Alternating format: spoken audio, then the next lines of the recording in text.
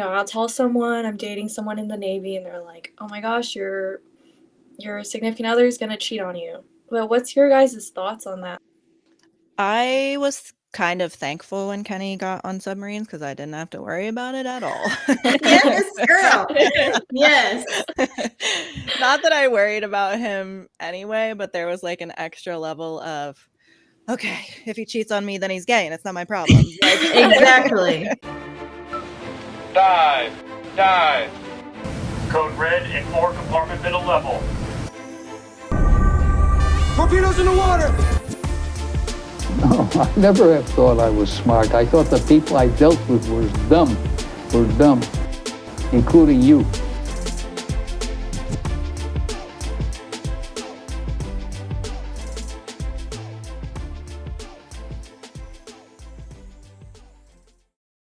welcome to Too Fast podcast. The wives are taking over this week. No men. We have Kelly and Hi. Mackenzie. Hello. And Audrey. Audrey here is going to ask some questions. Kelly, do you want to talk about your spouse and your experience? Sure. My husband's name is John. We met a long time ago. We were kids at church. We dated for about 5 years and then got married. We've been married for almost 14 years. He spent 9.5 years in the Navy. We have 2 kids. I think he got out about 3.5 years ago. Awesome. Mackenzie? Nice.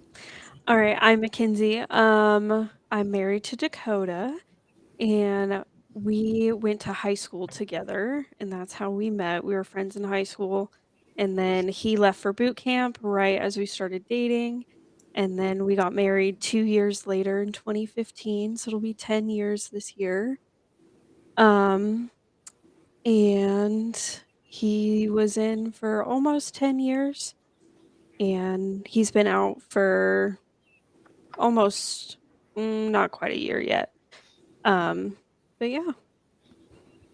And I am obviously married to Kenny. We've been married almost 10 years also. He went to boot camp. I went to college. We met in high school. And then we reconnected after he was done at A school and power school. And then when he moved to New York, I went up there with him and history was written. Here we are. So Audrey, what brings you on the podcast?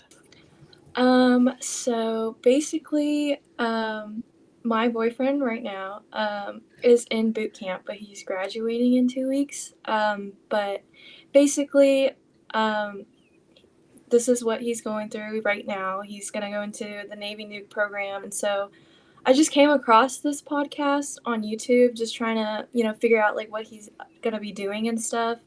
And so, yeah, I just was like, it'd be sick if they did an episode about like the wives, because I'm curious about like how that's like too, because it's an experience for the significant other. And so yeah, that's basically how I was able to find you guys. How long have you guys been together? We've been together for like a year and a half. We actually met on a dating app, but when I met him, like we're both in college. I went to a different school, but he left college early, and then this was like I want to say within like a year in, kind of, he was like, I think I want to go into the military. I want to go through this Navy Nuke program. And I was like, what the heck is that? And it caught me so off guard. I was like, what are you talking about? But yeah, so I mean, he's almost done with boot camp, which is crazy to me, but yeah. Have you guys been able to talk while he's been in boot camp, or what has that experience been like for you? So, the first 3 weeks, me and his family, like we heard nothing, no letters, no calls. But then after the 3rd week, they got a call on a weekend. And then since then, like every 2 weeks, they've been able to call pretty much, for like an hour. So like I would be able to talk to him for like 20, 30 minutes. But yeah, they just changed the boot camp now where it's not 10 weeks anymore. They do it 9 weeks now. So granted, so we have less time of waiting with him, luckily. Awesome. Yeah, so what questions do you have? Okay, so I know some of y'all just said that you guys already like met after they went through the power school and the A school, but I kind of wanted to start with that because that's where I'm headed towards now after his graduation. Just like how what did I write? Like, how do you maintain a strong relationship in school? Just because I know that they go through a lot of like rigorous schooling and education, and how it's like to, if you're planning to go see them down there, like what that would be like. Because, I mean, obviously we're not married, and so we won't be like in housing together. So just stuff like that, like how would that kind of work, or what has worked for you? Mackenzie, do you want to talk about that? Sure. I know for Dakota and I, like, he was going through the pipeline while I was still in high school. So, like, I just really focused on school and going through that. And then something that really helped me through all of that is we would talk every night on the phone. And then every weekend, we would usually do like a Zoom call or some sort of like video chat. Um, and then I know writing letters for us was really big, so sometimes we would just, instead of talking, just write each other letters. That was kinda more personal, and it was, like, a different way for us to connect that wasn't just talking on the phone. And then I always, like, I would probably go and visit or he would come and visit just about every 3 months or so.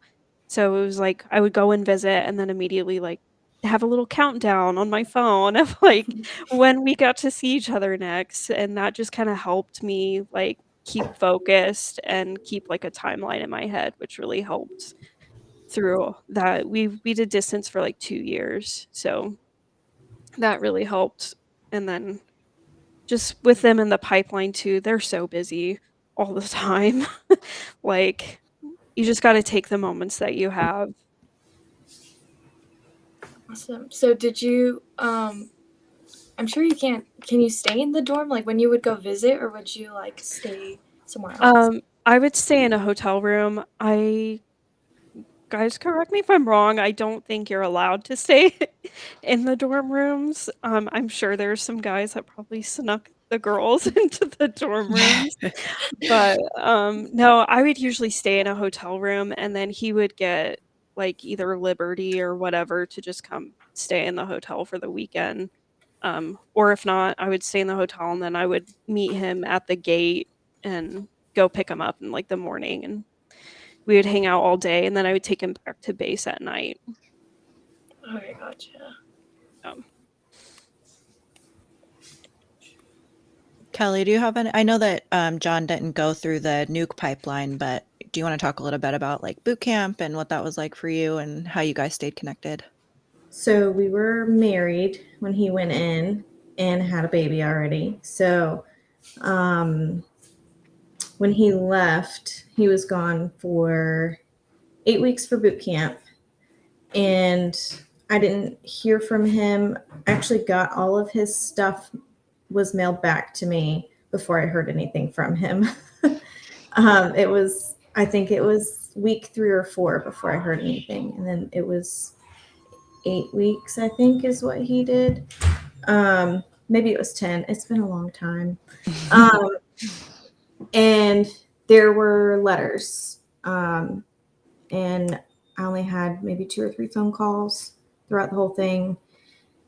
And then we went to Great Lakes for graduation, and we had, I think, 2 days up there. And then he went straight to Groton for sub school. And he was there for 2 or 3 months before I was able to move up there. And the only reason why they let him move off base was because we were married. And they almost didn't let him move off base because he was still in like the early parts of sub school. So phone calls definitely helped. We did a lot of, I don't think it was Zoom back then. It was something else like Tango Skype. or Skype. Skype. Yeah. So That makes me feel old. Can we stop saying I back know. then? It's been a long time. But yeah, it was Skype and pictures, videos, stuff like that helped. And I was living with his parents at the time. So the late night phone calls were definitely a thing. And it was just, all of it was hard, but we were fortunate enough that we were able to be together after all of that. So I was able to be with him when he was in school. Yeah, I think when Kenny and I first started dating, he was getting ready to leave the pipeline to go to prototype, and he was stressing about exams, and so if he wasn't in class, he was studying, and he would text me quickly or maybe not at all until later that night. And I think you just have to understand that, like, they have a really serious, complicated job, and that when they are able to contact you, make the most of it. Yeah, so that kind of segues into my next question, which was like, did the relationship like shift when they were in the submarines? Because that's like probably what I'm most scared about. Because there's like no contact at all for certain months at a time. So yeah, like how was that shift in y'all's relationships during that period? I think it either will make or break your relationship in a lot of ways. I think for Kenny and I personally, it kind of strengthened our bond. I tried to like maintain busyness. Like I was working multiple jobs. I, did whatever I could to stay busy. And when I got an email, maybe, it was like, oh my God, he's good. Thank goodness. Um, or hey, he's thinking about me, and you cry for a minute and then you reply, and then he may get the reply at some point, or maybe he won't, and then you just look forward to the next one. But I think just staying busy and, knowing he's got a really serious job to do, and,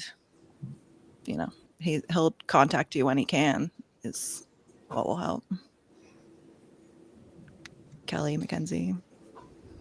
Yeah, there was definitely a shift for sure.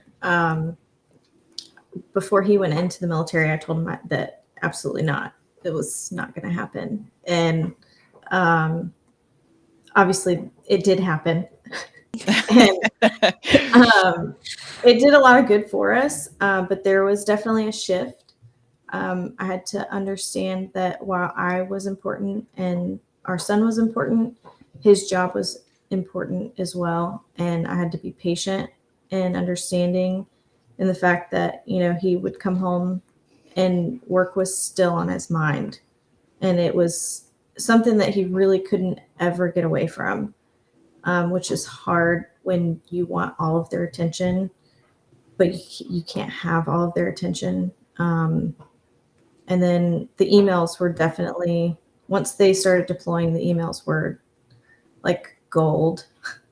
And I wrote an email every day, even if it was 3 lines. It was just, hey, I'm having a good day, or hey, today really sucked. The baby pooped on the floor. The dog ate my sandwich. Like just the stupid everyday things also made a difference for him, because it was just, I was giving him little updates here and there. So even if he didn't reply every day, he got something. He would get like 6 emails all at once, and it was like a happy day for him. So that the emails definitely were saving grace for us. Yeah, I think it was a little bit different for us. Like Dakota never officially went on deployment. He just did like the underways, and then even then he was surface, so he never went on the submarines. So communication was a little bit easier for us. but there would still be like stretches of days where he wouldn't email anything, but I usually tried my best. Some days were better than others to email like an update every day because I know he really appreciated that and he really liked something else to think about other than what he was doing on the boat. It was letting him think about like what me and the kids were doing and letting him know that we were still good, everything was good at the house. So I think it just helped take his mind off of things too. Yeah, and I think definitely number every email that you send, Yeah. because some will get lost along the way. And so that way you have a track record and he has a track record like, oh, maybe I missed one. I got 1 and 4. What's 2 and 3? Yeah. Okay, yeah, that's kind of like how my letters have been going too for boot camp. Like I Mhm. don't send out a letter every day, but I do write every day, just like how my day has been or like anything crazy that happened. But like I would send it out once a week, but sometimes you'll get like letter number 4 first, and I'm like, I sent that like a couple days ago, and you still haven't gotten one from like last month. So I actually, one of the first times Kenny went underway, it was probably for like a week or 2 for some sort of training or testing. I had a notebook and I wrote down everything. And then when he got back, I gave it to him. I don't know if he actually has ever read it, but I did see that he still has it. So that helped me in my peace of mind just to like get it all out, and know that that was something that I could give to him and we could like have something to talk about when he got back. Aw. that's awesome. Okay, so another question I had is more personal, but like, how did y'all maintain your sense of self? Because I feel like so I'm in a lot of like those support groups for significant others, and a lot of them are, it seems like when they're ranting or venting about their struggles, it seems like there's a lot of dependency, obviously, on your partner. But I guess for my path towards this, like I want to learn to become more independent, and rather than seeing it like, oh, like I have to do these things for my boyfriend or my husband, like I guess my question is just kind of like, how did y'all maintain your identity and independence, you know, um, especially because your spouse was away? Oof, that's a hard one. I mean, I think that there's like, you have to have a certain level of independence, right? Because I think probably 70% of the time they might not be there. And you have to know how to plunge a toilet or change a light bulb or, you know, get something together that for your move or, other things like that. Like, I think that you have to have a certain level of independence, and you should probably want that for yourself in this type of situation, because if you are super codependent and your spouse or significant other is away, like, you're gonna have a really, really hard time. I agree. I was very dependent before he went into the military. Like we had dated all through high school, and I was that needy, like, I need you to love me. I need you to spend time with me. I need all of your attention all the time. And when he left for boot camp and I had to be a single mom, granted, I had help with his parents, but I was a single mom. And then I had to get all of our stuff ready to move to Connecticut from Florida. Um, that was hard. And then over time, by the time our first deployment came around, I was a little bit more dependent. But that first deployment is really what pushed me over the edge, that I was like, okay, I can do this. I can be by myself. I can take care of my kids by myself. I can do this. And by the time he came back, I was really pregnant with baby number 2. And I was doing everything by myself to the point that I had to have people come over to my house and tell me to sit down because they thought that I was going to go into preterm labor before he got back. Like my mother-in-law and my mom both came over and they were like, you have to sit down. We will mop the house. We'll do the laundry. And I was like, no, you don't understand. He's going to be home in 10 days. I have to clean the whole house. Yeah. So that first deployment is really, I think, what solidifies your independence. At least for me, it did. And I think a lot of people would agree with that. Yeah, I think for me, anytime he was gone and it was like just me and the kids there, it was kind of just like you just have to do what you have to do. You just kind of figure it out because you don't really have the option not to. So you just kind of like stick your head down, like you do what like needs to get done. Because inevitably whenever they do leave, that's when shit hits the fan and everything goes bad. Like the Deployment day, curse. yes, like the day Yeah. I think it was Dakota's first underway that he went on. He was only gone for like a week, and it was that first full day he was gone. Somebody broke into my car and stole my wallet, and it like my military ID was gone. Like literally, it was terrible. I called my mom. I was like crying. It was so bad. And you can't even get a new ID until he gets No, back. Nope. yeah. Oh my goodness. Oh my Thankfully, God. he was only gone. I think that one was just like a week long. But when he Oh, got gosh. back, I was like, please, like, I'm so glad you're back. Oh my gosh. Yeah, that's like everything. Like that ID is everything. It is. It really is. And then, of course, like you go to get your new ID and they're like, well, why did you leave it in your wallet? I was like, yeah, because I expected somebody to break into my garage and then break into my car. Oh my gosh. Yeah, it was terrible. But after that, after going through that, I feel like just roll with the punches. That's what I did. I was like, bad stuff is gonna happen, and you honestly just don't have the option to not deal with it. Like you just have to because you're the sole person there. Yeah, Might I not think be the go best ahead. advice, but No, I think that's a really good point is like you have to maintain some sort of like flexibility, right? Because there's going to come a time where, okay, this is when they're supposed to come home. Okay, that date's here. Where are they? Uh-oh. Okay, we'll try again tomorrow. Or like you kind of have to be prepared for all of the scenarios, but definitely at the same time when they are away, try to do the things that you enjoy because at least for me and what worked for Kenny and I is like when he was away, that was like my time to do what I wanted. And that when he was home, I really tried to focus on letting him do the things that he wanted because he needed his own stress relief from work. And so if he wanted to play 3 rounds of golf in one day, that's what we did. Like it was, I think it's just like a really good balance of like finding what you like and being there to support him and what he likes when he does come home. that's a really good point. Like any time Dakota was gone, that was the time for like me and my girls to do exactly what we wanted. So we loved going to the beach. And Dakota isn't so gung ho about the beach. So that's something Oh. that we did a lot while he was gone.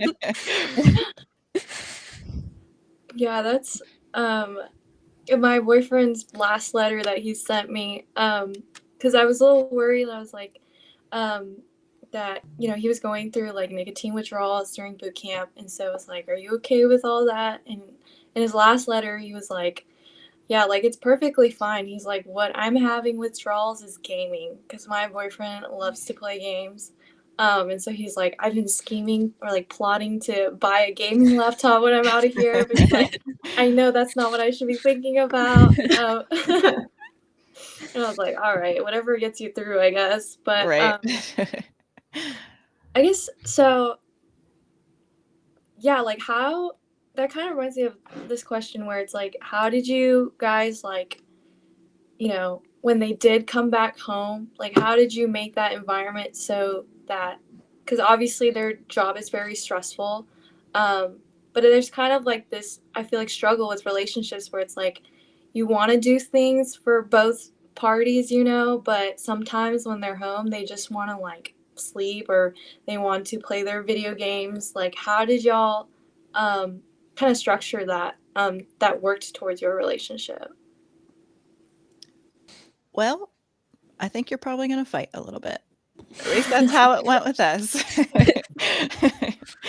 And it's not weird, it's not unhealthy. It's going to make it better for both of you ultimately. I think that you each need to realize or come to some sort of agreement about what your time together looks like, while also you specifically, Audrey, realizing that like this is his only downtime.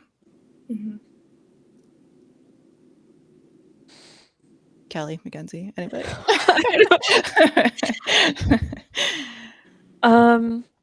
There were definitely some fights there for a while because also feel like if no matter if they're gone for like a week or a month or however long, there's always going to be some sort of like reintegration, like Mhm. back into the routine.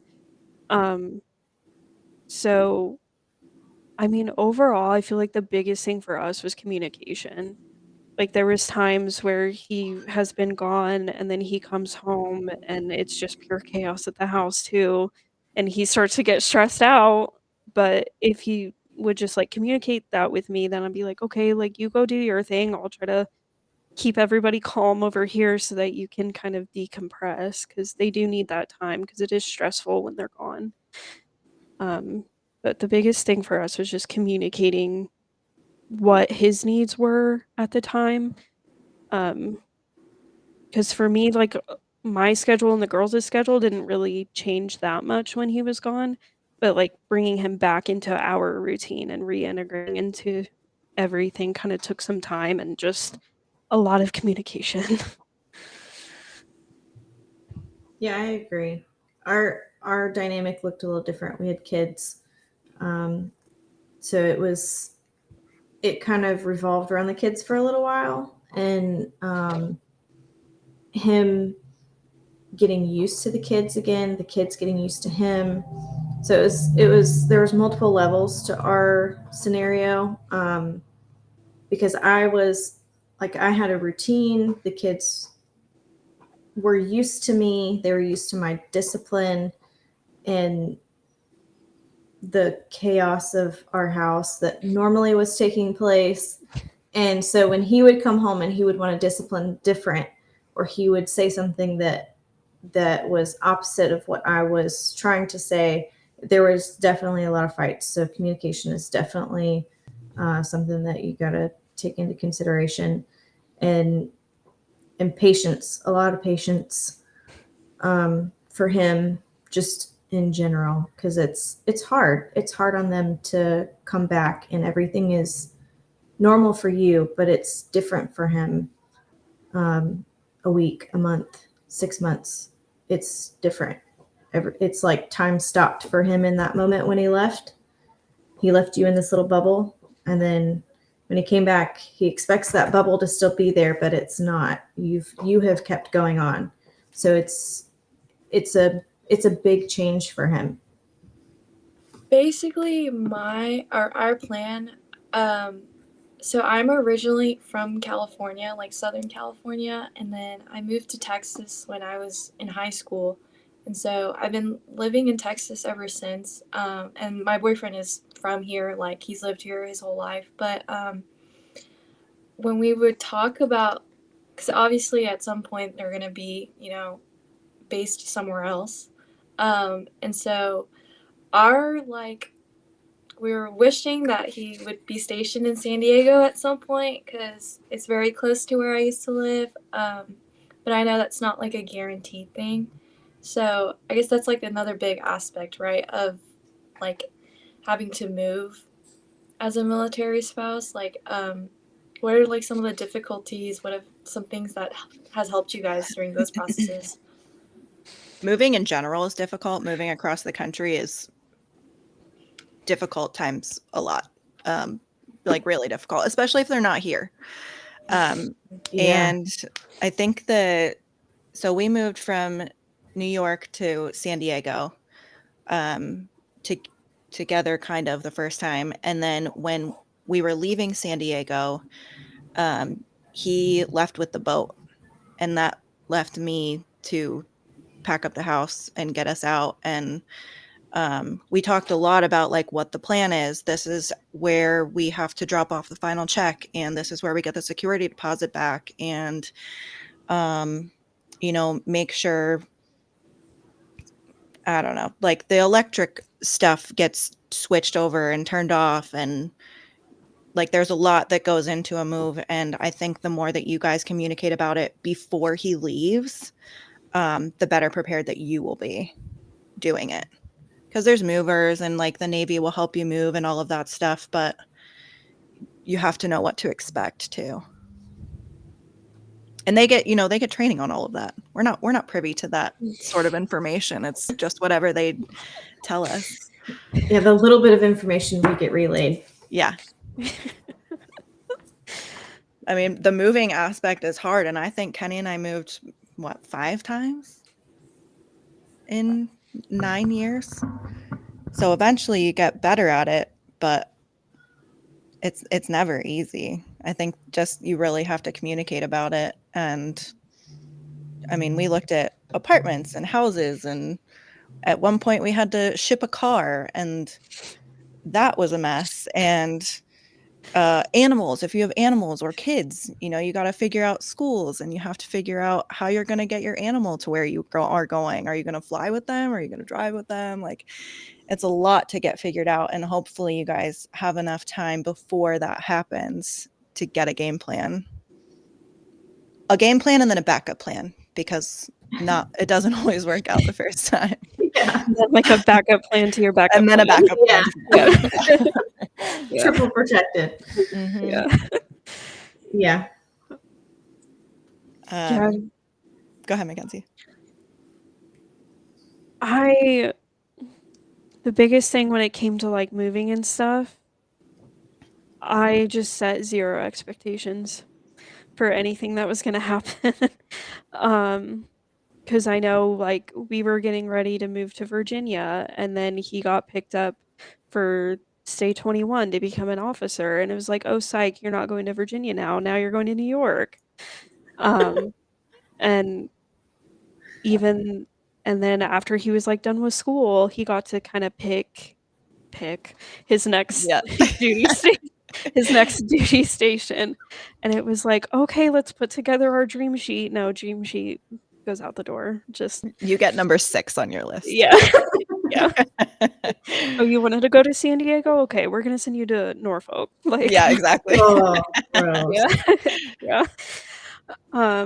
Yeah, I just think keeping the expectations low, and for us it was just go with the flow all the time.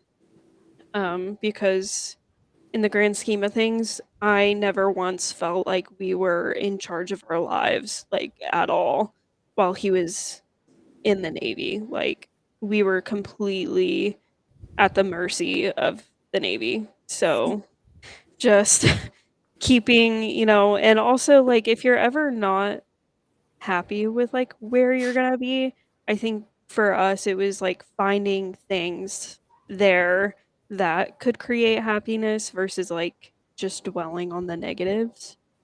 And then moving stressful.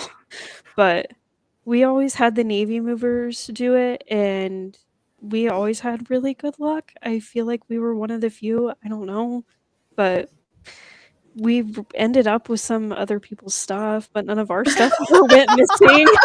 So, like, I think we had a box of somebody's stuff too. Yeah, you guys must have gotten all of our things. Nice.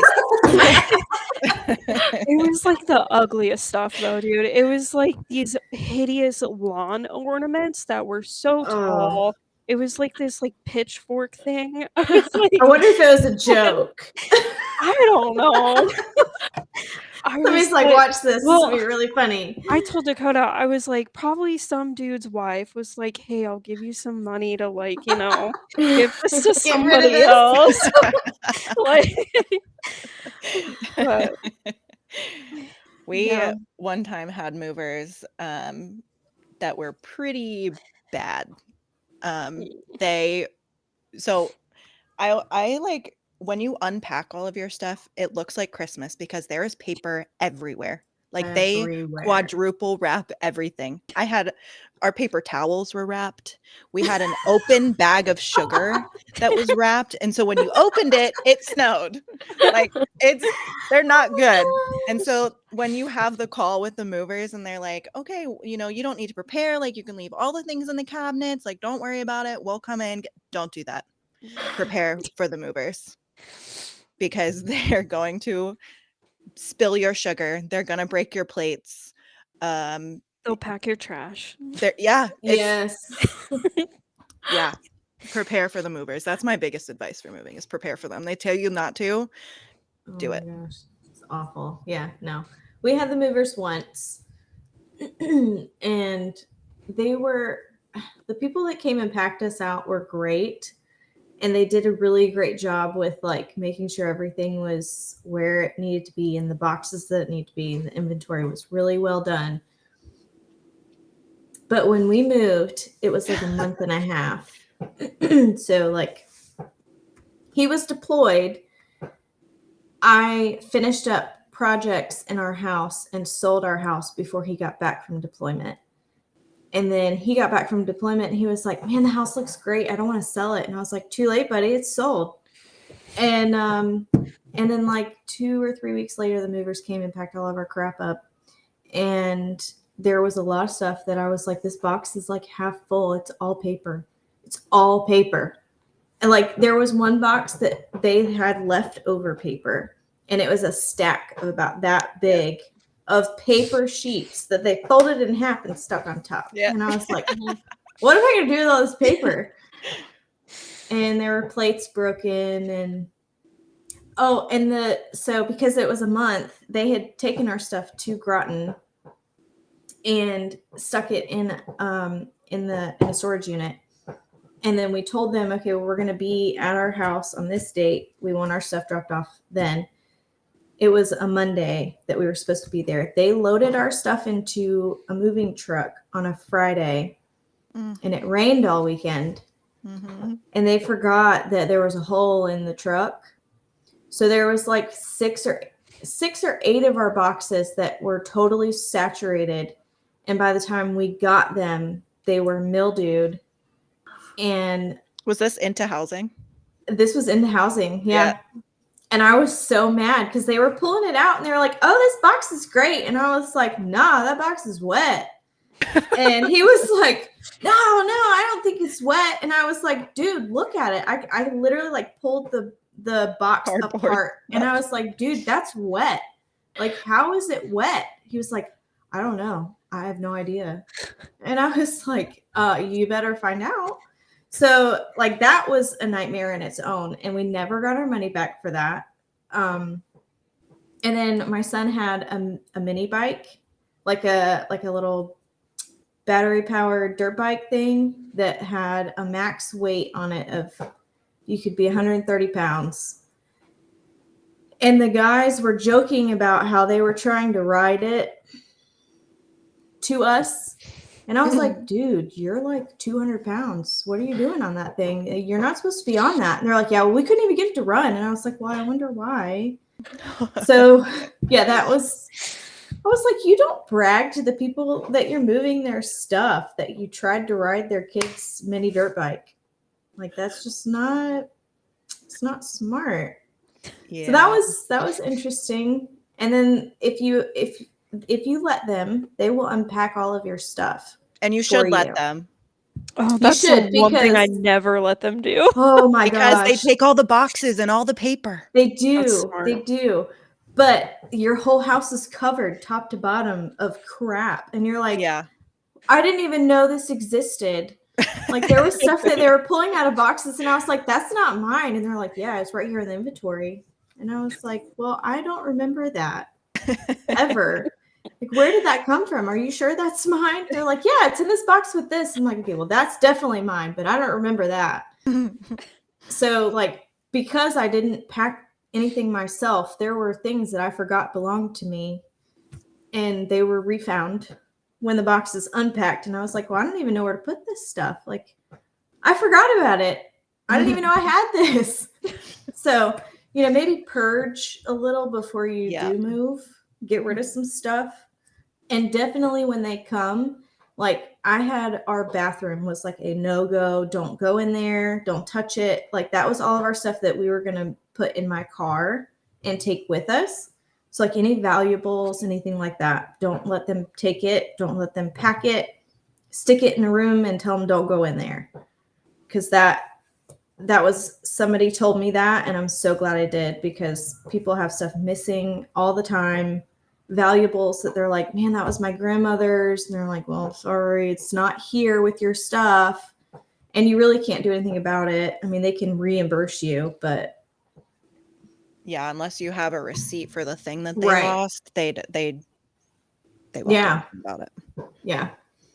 So that's. But yeah, moving that's is a big important. part of it. It's inevitable. Definitely, as Mackenzie said, roll with the punches. Low expectation is good, but I think if you can prepare for kind of anything, you'll set yourself up for success ultimately. Yeah. Yeah, so right now I'm getting my degree in speech and pathology, and I do want to get my master's, and that's why I was like, I'd be super open to San Diego if you were moving there, because they have a really great program at the school over there for that. But I remember telling him, I was like, if you get Norfolk in Virginia, I was like, I am not going with you. Sorry. Like, even if at that point we were like, we're planning to get married like when he graduates, his schooling, and then because I'll graduate my school by that time. And I was like, even if there's a ring on my finger, I'm not moving to Virginia. I'm so sorry. But yeah, I'm sure it's a lot more difficult when you have pets and kids in the picture. For me personally, I'm gonna wait until I have kids, until like he's out at least for me. But this is kind of a little different question, just because I feel like this is so prevalent when you're with someone in the military. There's a lot of like, stories, and like if, I'll tell someone I'm dating someone in the Navy, and they're like, oh my gosh, your significant other is gonna cheat on you, right? Like I feel like that's kind of like a big thing when you kind of mention that you're with someone in the military. But what's your guys' thoughts on that? Like how did y'all, if anyone's ever said that to you? Because I've had plenty of people tell me that for some weird reason. I was like, why would you tell me that? I've never had an issue with that at all. I was kind of thankful when Kenny got on submarines because I didn't have to worry about it at all. Yes, girl. Yes.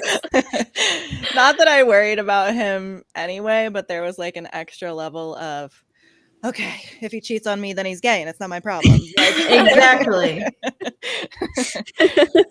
But I mean, fuck the haters.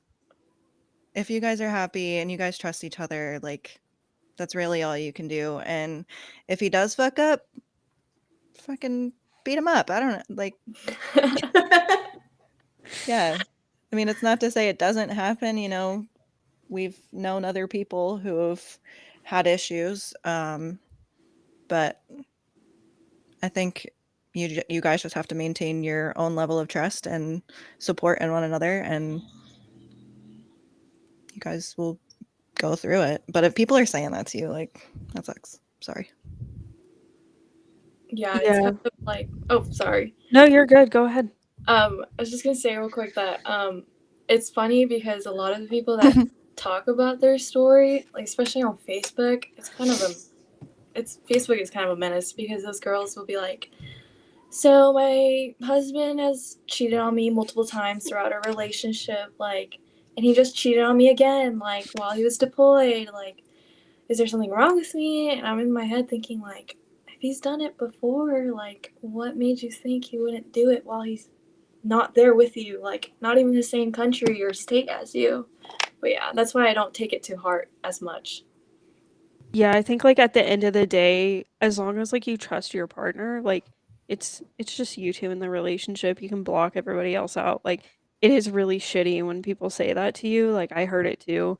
But at the same at the same time, like, before Dakota left and, like, right before we started dating, there was 2 other girls, like, interested in this man, and he was completely clueless. So, like like, respectfully, I was like, even if somebody did try, I honestly don't even think you would pick up on it. Like, the biggest thing I had to worry about was Kenny, so Yeah, exactly. like, I would call Dakota, and I was like, "Hey, Yep. like, what are you doing?" And he's like, "Oh, I'm just cuddling in bed with Kenny," and I was like, "Okay." Mackenzie, I literally just told my mother-in-law this the other day. Like, I Yeah. never had any other worries about like Kenny's ex-girlfriends or anything like that. It was Dakota. It was him and Dakota and their movie nights and their coffee dates with sprinkles and whipped cream and Oh my Calcula. gosh. their like movie marathons. Like, Yeah. you guys are, there will be a lot of bromances, and that will be what you have Yes. to fight off the most. Yes. Yes. Multiple bromances on the boat. Like Mhm. multiple. Yeah. They all love each other. Guaranteed, if he called one of the guys, it would, man, I love you. Yeah. I I've miss seen you. John do that with Yeah. Corey. So yeah, I know that was real. Yeah. Yeah. There was even bigger bromances on the boat. Oh, I'm sure. Oh Yeah. yeah. Yeah, no, you'll get it, like, you'll become friends with his friends, and going back to like moving and stuff like that, like those people will also be your supports in those things too. Because actually, when Kenny and I moved from San Diego the first time, Kenny couldn't be there, but one of his friends from the boat was there to like help me when the movers showed up, because I didn't want to be a girl with multiple movers in the house like by myself. And he came over and he brought over lunch, and he was like, "Okay, we're gonna just sit on the step and watch them. How's your Big Mac?" And then he took me to the airport later, and it was fine, you know. But yeah, you'll make a lot of friends along the way. He will too. And fuck the haters. That's, I'm sorry, people I say that too. agree. Yeah, it sucks. Yeah, I remember one of my friends told me there's a saying in the Navy. I don't know if it's true, but he was like, It probably at is. least he's like, they say that 100 men go down, 50 couples come back up. And I was like, what does that mean? He's like, the bromance is real in there. And I was like, oh my gosh. Kenny It says really is. Kenny says it's not gay if it's underway. Oh my gosh, yes, I have heard that. Yeah. And then he says, ask Dakota. So, Yeah. There've been several bromances throughout the years. Definitely. yeah. That's awesome. Okay, so my last question is a little more sillier. Like, what is like a funny or like a funny experience y'all have had that you remember while being a nuke spouse or a submarine spouse? Gosh. Oh my gosh. I just feel like everything is like funny. I feel like when they're home, you do your best to have like really good times, because like they're going to be gone again soon and you're really trying to make the most of it. And we would always host like parties at our house or game nights at our house. And, you know, those are some of our best memories, and we still talk to a lot of them. And then we made a podcast with some of them. Yeah, I Like definitely specific to that, I don't know. I know, like, any swings to mids parties, like, Oh my God. if you can go to those, go to those. They're always a good time. You get to meet a lot of people. That's where we pretty much met, like, I feel like we really met our core group of friends with everybody in Charleston, like, as they were all going through the pipeline.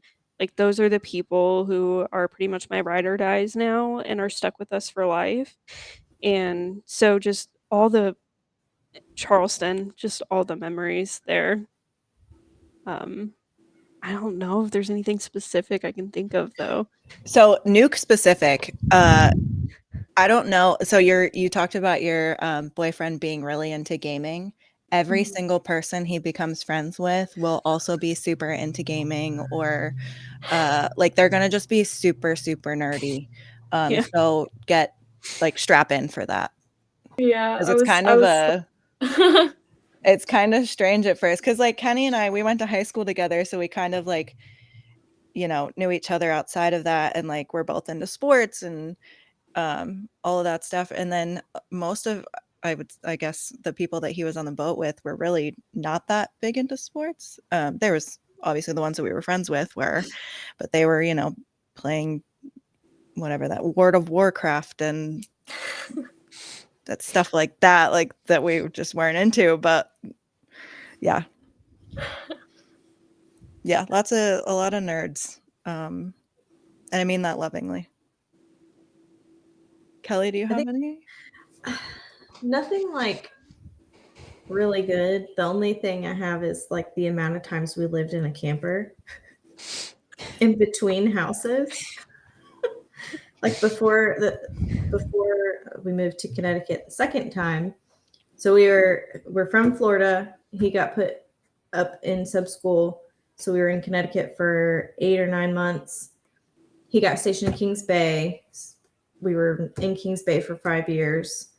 Got sent back to Connecticut for 3 years. So the second time that we went to Connecticut, we lived in a camper for about a month after we sold our house. It was about a month, and moved to Connecticut. We were in housing. When he got out of the Navy, they were like, yeah, you can't live in housing anymore because we don't have enough room. And so we had to move out of our house. We moved into our camper. And then we moved into an apartment for about 6 months. We moved back into our camper before we moved back here. So like the amount of times we lived in a camper is a little crazy. But other than that, or the amount of people, and I don't know if this helps your previous question very much. The amount of people that we were friends with, like really good friends with, that are no longer married anymore. That is a little wild to me. We do have a lot of friends that are still married, if that gives you hope. But there's definitely several that we were really good friends with that are not married anymore. And I'm like, how did that happen? You guys were so great together. So don't let me poo-poo on your parade. But yeah, there is still hope though. I mean, look at Amber and Kenny. And you and John and Mackenzie and Dakota. And yeah. There's still a lot of us that made it. You got to push through. Yeah, I think the sports reminded me, like the funniest thing that's happened so far is my boyfriend loves basketball.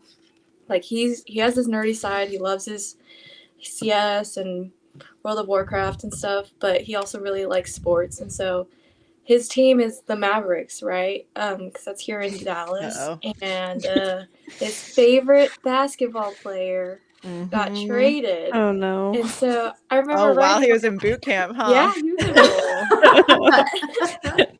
I was writing it down, like in the letter. I was like, by the way, like he got traded. Okay, bye. And then I sent it to him. And he's like, get me to a phone right now. No, literally, it was so funny because that same, or like the week after something, that's when I got a phone call. And so I was asking him, I was like, did you get that letter yet? And he was like, well, apparently in boot camp, the RDCs like to spread rumors in there just to mess with the recruits and like we annexed Canada, stuff like that. But I guess word was already going around that Luka got traded to the Lakers. And so my boyfriend thought it was one of those like rumors they were trying to pull. And then he went to the doctor. Guy. I know, he went to the doctor or something for his medical screening, and he like literally was like begging the doctor, like, please look up if Luka got traded. And that's when he found out, and he said that was one of the worst days in boot camp he's experienced. Oh my gosh. I guess if that's the worst day, he's doing all right. Yeah. Yeah. Aw. I guess that kind of reminded me of this time that I had planned a trip to go see Dakota. I was literally, I think, getting on the plane, and he was texting me. He's like, "Hey, like, I got in trouble." I was like, Oh. "Oh my No. god." And he was supposed to drive. I think I was Kenny, this is when you came and picked me up from the airport, is whenever I was flying to, like, North Carolina, and so he was supposed to drive 3 hours. He's like, "I can't come pick you up." And I was like, "What am I supposed to do?" Like, I'm just No. gonna be here. He had jumped on somebody's car in the parking lot and, like, ridden on top of it for, like, a few feet. I don't even know. So, like A couple days ago, the wives took over this podcast and interviewed a future or a current Navy girlfriend. And Mackenzie, Dakota's wife, was on that podcast, and she brought up something that I blocked out of my memory from the pipeline, which is when Dakota got in trouble. Oh shit! And I can't remember the details of the story. I remember the general overview of what happened. But Dakota, can you tell that story? Yeah, absolutely. So let me preface this by saying that I absolutely fucking hated an NPTC and I loved it. all of the shenanigans there. So we were like to the north of the campus there was like a track and a field. Yeah. And if you would leave that and walk back towards the Rickover, you would walk through like there's a parking lot over there. Mm-hmm. That track was brand new when we were there. Yeah. Yeah. So it was me, David. You know who I'm talking about when I say I didn't David? remember that. I know him. I didn't know he was involved. I can remember who else was involved. And Tyler. Yeah, Tyler. Yeah. And I can't remember who it was. I think it was Kevin. Okay. Yeah, that's right. Yeah. Yeah. Let's cut that. But he rolled up in his car because he was looking for a place to park. He had just got back. And Tyler sat on the hood of the car on the driver's side, like right behind where like the side view mirror would be. Kevin lets his foot off the brake like ever so slightly. Yeah. And the car rolls forward like 4 feet. Right. Okay. And then he's back on the brake. Yeah. And Tyler hops off. And David and I are just watching this happen. Okay. And then from across the parking lot, we hear, "What the fuck do you think you're doing?" And there had been a couple of chiefs that were working out over there who were also walking back and saw it happen. And they got they marched all of us to the Rickover to talk to the duty officer, whoever's, Yeah. And they came down on us so hard. Very hard. Including the bystanders. Yeah. Yeah. It wasn't because homeboy almost got ran over? No, because Tyler was not in danger. He was being goofy. He was messing around, right? Word. Like you could say that it was like not a smart thing to do, but like, was anybody ever in really danger? Was there contention about how far the car traveled? For some reason in my memory, it was like the Chiefs made you guys go to the Rickover and then claimed that he like floored it for 100 feet or like some absurd version. Yeah, but it's your word against the Chiefs. What are you going to do? He was literally the biggest liar. So we ended up having to go in front of the director of A school. Oh my God. Oh shit. And we each got letters of LOIs. We each got LOIs, and I still have mine. Nice. All folded up. And it was like they give you the whole thing, like, we're this close to taking you. I love it. And it's the whole dressing down, right? We basically had to go through a DRB as well. Yeah, and then you got what's a DRB? Disciplinary Review Board. And you went through a DRB when the Chiefs brought you to the damn house. They was DRBing you then. Yeah, informally. Yeah, that's Yeah. That It's shit just is a bunch of crazy. chiefs like screaming at you. Yeah. But you while got you're your at a- liberty. You got your liberty status reduced. Yeah, I think I had to go back to phase 1 for a little bit. Yeah, it was 1 or But 2, and it was right when Mackenzie was coming to town. That's why, because Yeah. I was in trouble. Yeah. Yeah. I couldn't leave base technically, Yeah, or I couldn't be out I didn't have overnight liberty. correct. And you maybe had to wear a uniform off base. I think so. Yeah. Well, I don't know if, and maybe you don't want to do this, but I thought maybe it would be interesting to hear from some of the guys, like what helped them get through underways, like with their spouses. That way you can kind of, and it's going to be different for everybody, so obviously take it with a grain of salt, but it might be cool to hear from the guys, like what was the most valuable to them underway or at boot camp or during the pipeline or things like that. Dirty pictures. Do not send those in an email. No. Thumb drive. But both screens them, okay? So be very careful. Yeah. Put it on a thumb drive, external hard drive, something. Hard copies, although be careful. Some guys they don't pay Rude. attention to them and steal pictures. There was a guy on his boat that his wife was a stripper, and she had a pillowcase with just her tatas on it. Yeah, so everybody knew what his wife was packing. I mean, they knew anyways because she was a stripper, but you know. Man. Yeah. Kenny, what helped you the most? I'm the host and I'm bringing you in. How about that? All right, well, while he's figuring that out, so we used to make, and a lot of people do this, they make halfway boxes or just boxes in general. Oh, We yeah. send I them- wanted, what's that group called? FRG. Yeah, the FRG. So like I would make him a box to open halfway and then maybe do like 2 other small boxes that he could open up in between there, but I would send like different kinds of snacks. I sent like the really small Lego packs so that he had something to build, which a lot of the guys really liked that because they were like, oh man, you got Legos. Some guys liked baseball cards in theirs. I wrote letters like they're called open when letters. So like I would put one that was like open when you're thinking of me, open when you're sad, open when you're happy, open on the last day of deployment, or open when you find out your date that you're coming home. So he always loved those boxes a lot. And he actually saved all of his letters. We have a box in our laundry room that's just all letters that he saved.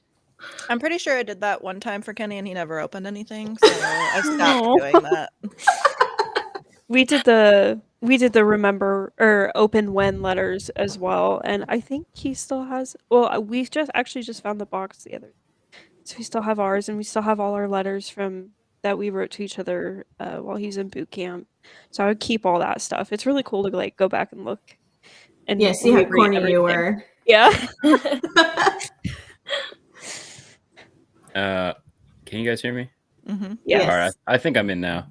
But couple of things I wanted to tell you. So when you guys were talking about like coming back from an underway or deployment, so when you're on the boat, it's usually the chief of the boat, so a really old guy.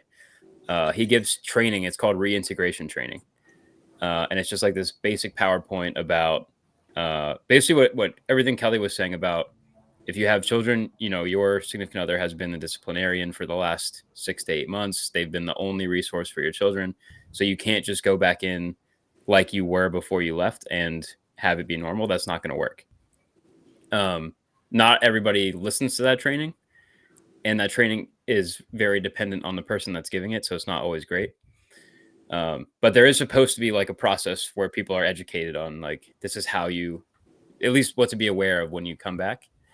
And also they make it a pretty harsh reality that there's a decent chance that some, or, you know, at least a few of you will come back to an empty house and we're here for you if that happens, but that's like a reality of the job. So I wanted to talk about that. And then fun, I have lots of fun memories. I know these girls couldn't come up with any.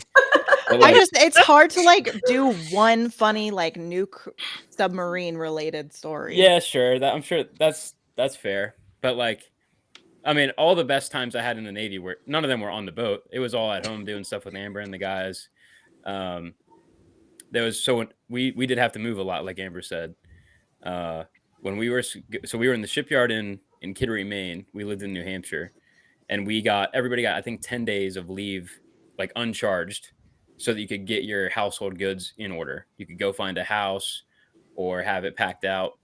Whatever you needed to do for 10 days to get ready to move. Amber and I just took a long vacation to Vegas and didn't even think about moving at all. In fact, when we were in Vegas, people would ask, how long are you here for? And we would be like 7 days. And like, holy shit, that's a long time. Yeah. Yeah, I mean, everybody. So there's a tradition when somebody's leaving the boat, they have like some kind of going away event. Lots of those are very fun. My own was very fun. Amber played a big part in making that happen and all that. But there's a lot of fun times to be had, even though they probably feel more in between to the spouses than they do to us, because there's a lot of more mundane gaps in between. And then the thing that made underways more tolerable is just like knowing that your significant other can take care of things and is taking care of things. But there are a lot of times where you don't know if they actually are, like you're in the dark. And so you just have to know in the back of your mind, like, all right, it's going to be fine. You can't really even afford to think about it that much because of all the shit you have to deal with underway. And then I always found it really helpful to compartmentalize. So like if I saw that I got an email or multiple emails all at once, I maybe wouldn't read them right away because I wasn't like in the right headspace or ready to like shift mindset into thinking about home, because it changes your whole outlook. Like, oh, I still have 4 months left. And now I don't know what these are going to say. So I need to be ready for whatever they are going to say before I read them. And that's why something like the open when letters are kind of a good idea. That is true. I never actually got around to opening mine. But if you do, it's a little bit more helpful because you're like ready to be thinking about something else in that moment. But yeah, I mean, underways suck. Thinking about home was something I tried to avoid a lot because it made it suck a little bit worse. But everybody's going to be different. And you'll find out like, hey, what made it better? What worked? What didn't? Is there anything that we should try? The first one underway, actually, Amber and I like had a tradition where whatever my watch schedule was, we would have a coffee at the same time. So like I would drink a coffee on the boat and she was drinking a coffee in San Diego or Pennsylvania, wherever she was. And that was just something that we did, not knowing that the other person was doing it, but it was just like a nice thing. Yep. I kind of forgot about that. That's so cute. I love that. That is so cute. Yeah, that's so smart too and creative. Well, I want to say too, like, I think that part of making sure that you're okay when they do leave is like doing whatever you need to do. Like if making those open when envelopes helps you feel like you're going to help them while they're underway, you should do it. If he comes back and he's like, I didn't open any of these, sorry, like you're going to be hurt. Okay. You're going to be a little bit hurt, but like ultimately, like, okay, I'm not going to do that next time. But like, just do whatever you have to do to make yourself like be okay with what's about to happen. While also being supportive of the fact that they are also going through a lot. Yeah. And don't let him know that you're like really nervous or you're scared, because that makes it that much harder for him. If you put on this strong face, like, I got this, don't worry about me, I'll take care of the bills, I'll take care of the house, we'll get through this. When you come back, it'll be just like it was. That also is a big help. My husband said that too. Also, just so you're aware, Audrey, because your husband or your boyfriend is a nuke, don't ever expect to see him when the boat gets there. Oh, yeah. I was so thankful that he was not a nuke. Yeah. Oh, my gosh. So I do want to say, like, go to those things, though. like Kenny really didn't want me to go to those things because he knew that he couldn't get off. But then like now looking back, I wish I would have gotten to see them pull in. Like I know that I probably would have been disappointed that he didn't get off too because he's shutting it down or whatever. Yeah. But like those kinds of things, like they're really cool. And not a lot of people get to see it from inside of a base.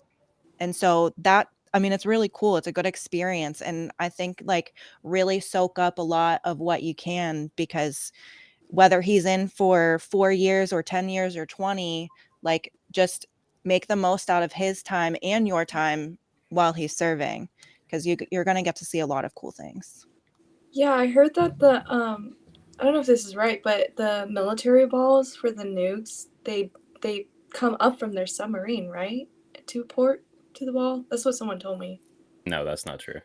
Oh, okay. Yeah. I don't know why. Someone That told me would, that. I mean, that would be either. that would be fucking sweet, but no, that doesn't happen. We never went. I think you guys went, Kelly, right?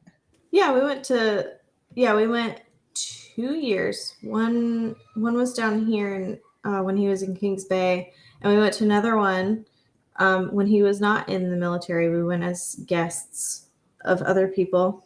Ooh, that's fun. Yeah, we went with Corey and Ashley. It was a lot of fun. Nice. Yeah, I remember you We had a guys good getting time. all dressed up for it.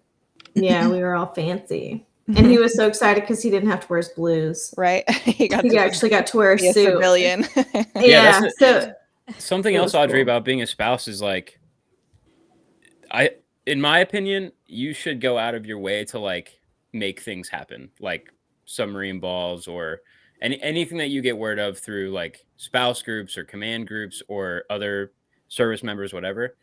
Like the more things you can drag your significant other to kicking and screaming usually end up with like good memories. Would that have worked for you? No, probably not. But I'm saying, I was gonna say, I was like, I don't think that would have worked for. but you Dakota can try. either. You can try. I mean, to be honest. So Kelly was Amber and I's. John and Kelly were Amber and I's next door neighbors in housing, and really, Amber had to drag me kicking and screaming to meet them. Oh my gosh, I remember that. Yeah, and so like. It does happen and it does work. And now John and Kelly are very good friends of ours and were for a very long time since she dragged me kicking and screaming over to their house. But like everyone's saying, when we get home from work, it's a lot of like, I just need to decompress, which is true. But it's also like, yeah, well, you need to also have a life. You need to not be just somebody in the Navy, like have a life. Mm-hmm. And it's hard to do that sometimes for us. Yeah, I definitely think I would like give Dakota a couple of days or like a week to just wallow in self-pity for a bit. And I was just gonna say, let them throw their pity decompress. party. Yeah, like let them decompress, and then I'm like, all right, like it's time, like let's kind of reintegrate back into the routine. Let's start doing more stuff as a family again. And Kenny, something you said reminded me too of like how when you were on the boat, like you were trying not to focus or like what you were trying not to think about home because it was like too hard. And I remember Dakota saying like there was times where he could call where he made the choice not to call because he's like calling and talking to you and the kids. He's like, that's too hard for me right now. Yeah. And like, don't take that stuff personally. Like there's so much going on that they're having to deal with that it was almost like harder for him to call because he did miss us so much. So like don't take that stuff personally. But yeah, usually I gave Dakota about a week and then I was like, all right, let's start going to stuff. Let's start being a family again here. Yeah, I agree. I agree. Yeah. Yeah. And usually the places that you have to drag him to kicking and screaming, you usually get the best tea at. Like you get all the good stuff. You're like, man, he really didn't want to be here, so you sit in the corner and you just watch the drama unfold. Mm-hmm. Yeah, those are usually really fun. There is always plenty of drama to go around. Oh yeah, plenty of drama. Yeah, the first year and a half he was at the boat, the FRG was actually disbanded.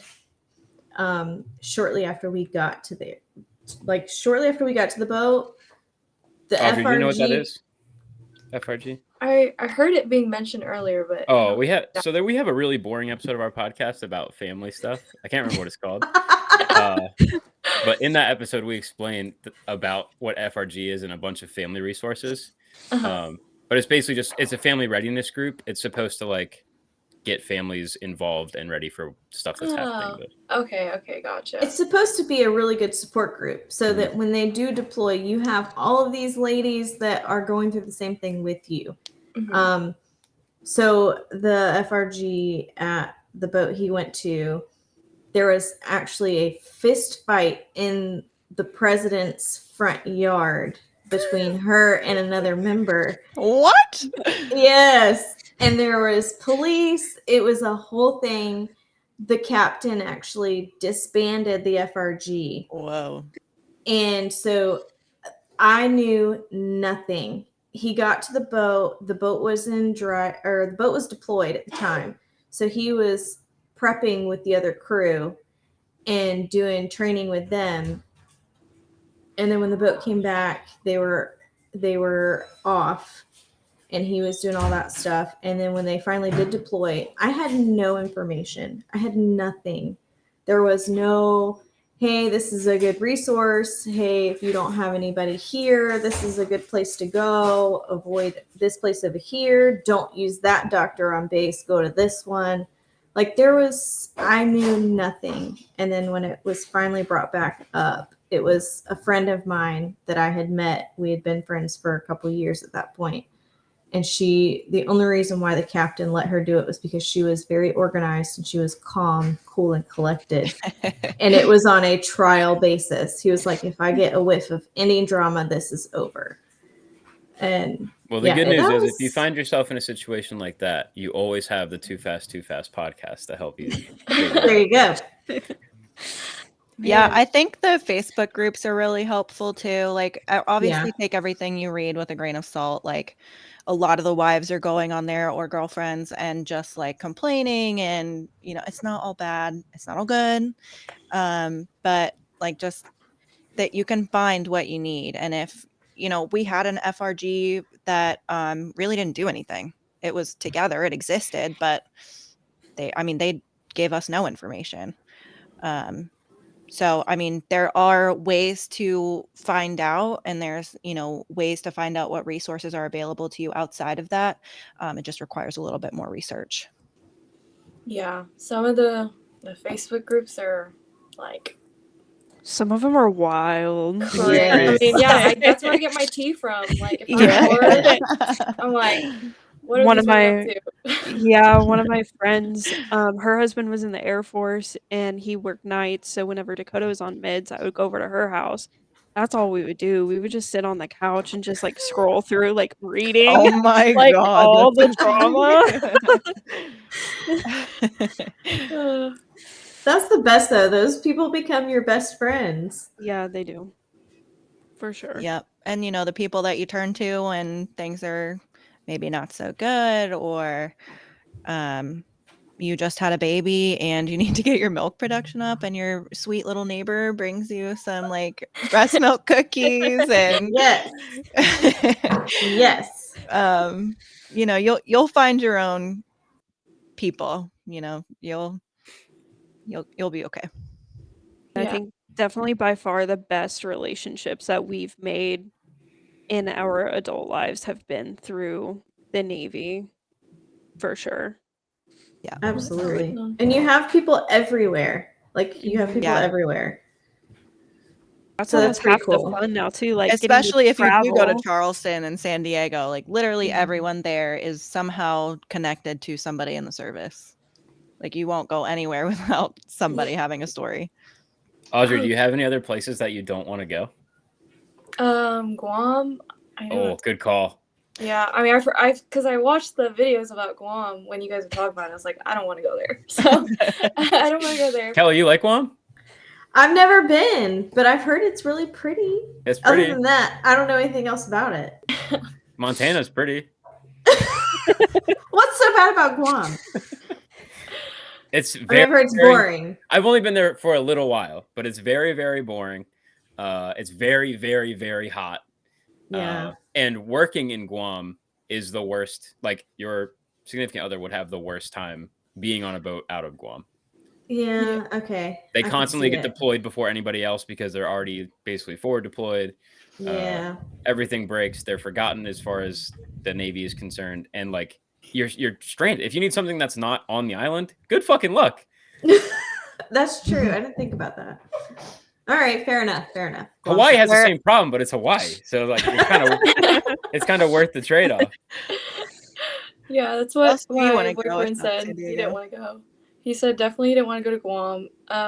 But I think I basically am all up for anything on the West Coast because that's where I'm from. So I feel like that would be easier on me just because I know the area more. But yeah, anything East Coast, I would have to really think So about it. feel free to not want to talk about this. I can just cut it out. But do you have plans to be married before the nuke pipeline?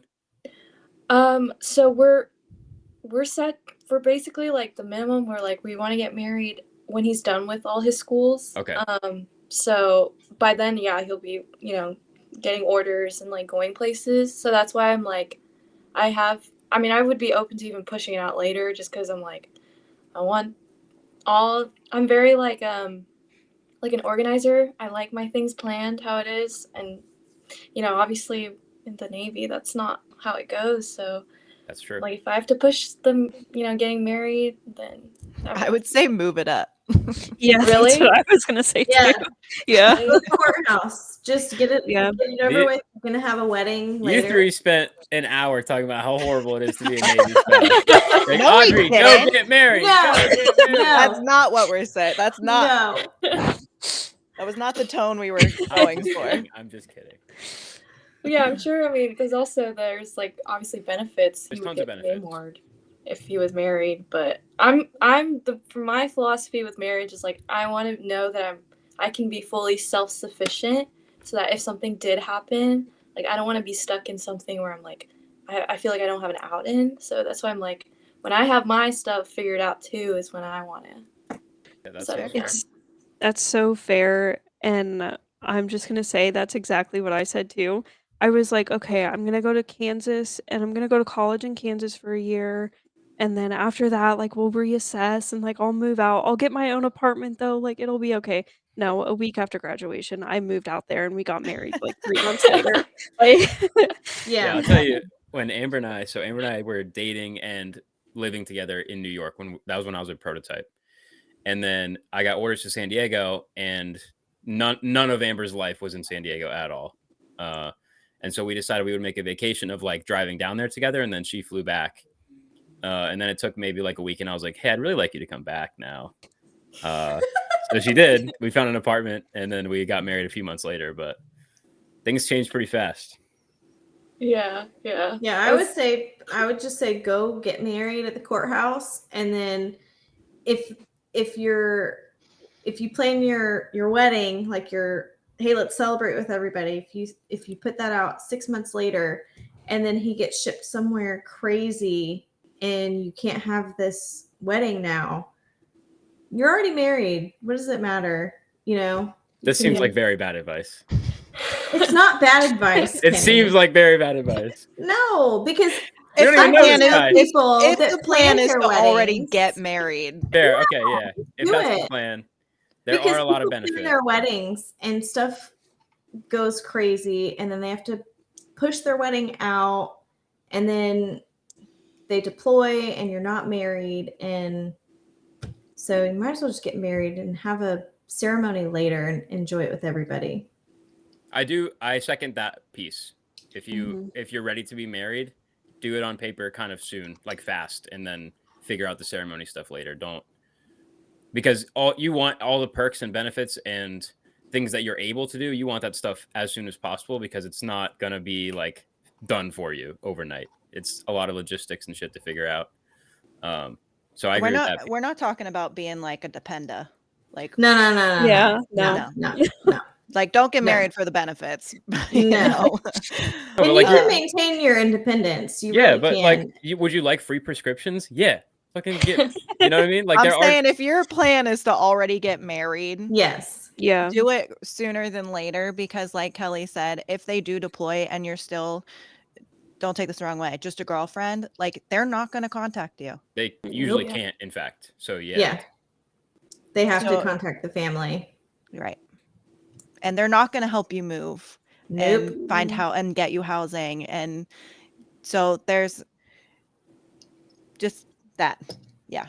And it takes time for the married to get into the system. Like, it's not like, oh, we're married, yay. Like, And it takes time. That was before a lot of the federal employees got fired. So I don't know how long it's going to take now. Yeah, true. I mean, it takes 3 to 6 months for them to do anything right. Yes, So, Audrey, did you have any yeah. other questions that you wanted to talk about? Actually, I just thought of one. It's kind of separate, but I was like, I do plan on going to Charleston when he's in school and visiting. Like, what is there to do there? Because Oh my God, everything. Everything. Charleston's whole awesome. bunch. Really? Yeah. Like, What what's do you- like a big It's like a thing? big tourist town. It's a college town. There's the Navy there. So like they are set up to have a lot going on all the time. Oh wow. Charleston's awesome. Downtown Mhm. Charleston, the beaches, the rich areas nearby, Kauai Island's off the coast. I mean, Charleston is super fucking cool. Okay. I mean, you could also just play video games if that's but there's tons of stuff to do in Charleston. It's a lot of fun. So here's the thing. You get him to he can play his video games for like an hour and then you're like, okay, we're gonna go downtown. Yeah. And he's gonna I don't want to go. And then you're gonna take him. And then Yeah. you guys are gonna have fun. Yeah. The I food mean, is that's basically incredible. how it is now. So. Yeah, exactly. You can go eat some alligator tail, get Frog Oh, legs. fresh wow. seafood. Yeah, it's I heard the oysters good. oysters are good in Yeah. in Charleston. South Carolina. Yeah. Oh, how Yeah, exciting. there's a lot to do. I think that's kind of true of most of the places. I mean, Groton sucked, but I was going to say Groton had nothing. The Yeah, only thing Groton going sucked. for it was the casinos. Yeah. yeah.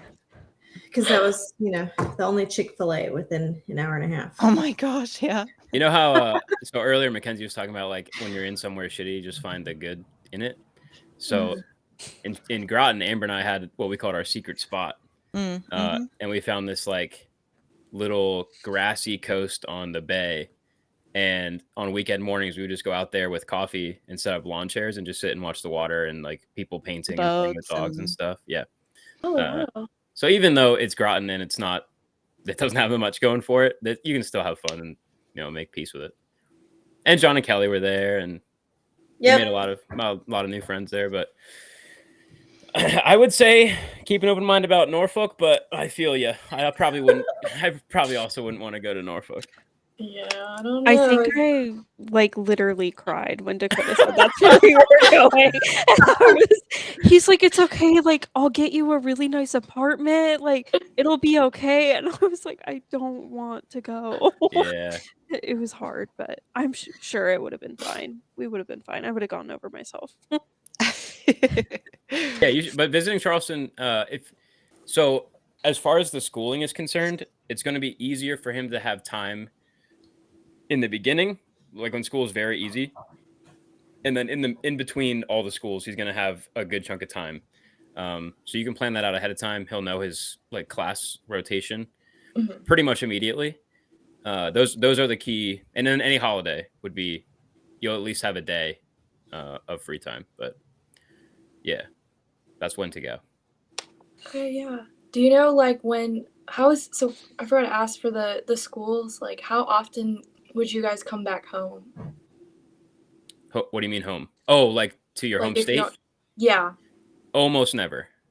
Oh, okay. Yeah, so you can. There are opportunities to, like if he's there for Christmas, which he might not be if he's about to graduate boot camp. So he probably won't have a holiday period that would be like a reasonable length to travel back home. They typically don't let you take leave unless there's an emergency from school.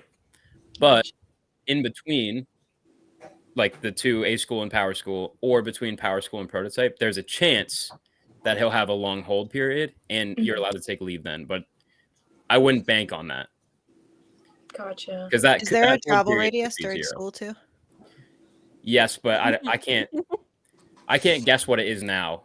When we were in, it was, I think 50 miles off base during the week and 350 on the weekends. So you could go to like Charlotte. No, maybe not. Yeah, you could go to Charlotte and that was about it. But you couldn't like just go wherever the hell you wanted. On liberty. On leave, you can. When you're on leave, you can do whatever you want. Yeah, I think the way it ended up working out for us is it was about every 3 to 4 months, I was going out there Mhm. to see him for, like, a weekend or, like, a long weekend. Yeah. Yeah, Get used hopefully to traveling on your own too.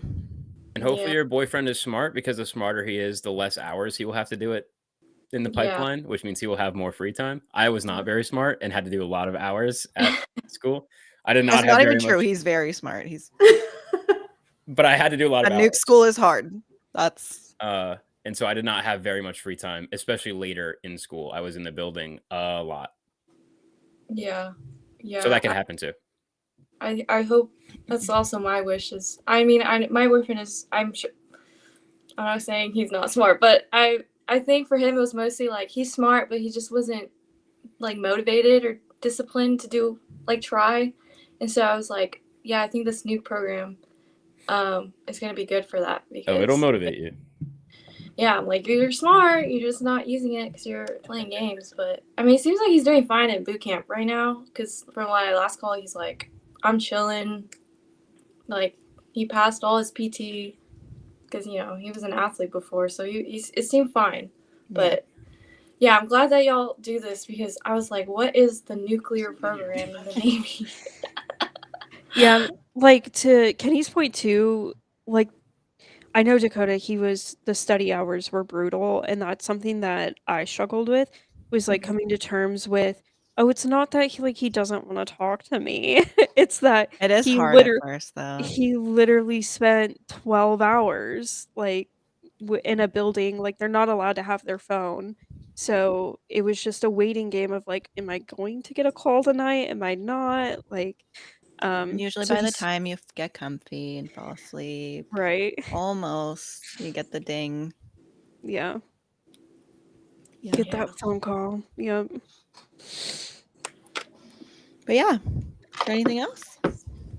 No, that's it. Awesome. That's all the questions I got. Well, good luck with everything. We hopefully are not going anywhere anytime soon, so reach back out if you have more questions later on, or maybe he gets out of boot camp and he's like, let me tell you about boot camp. You guys can both. Oh yeah, for sure. Well, thank you guys again. That was Yeah, awesome. absolutely. Thanks for Yeah. coming on. It's great to meet you. All right. Bye. Bye now. Bye. Like and subscribe.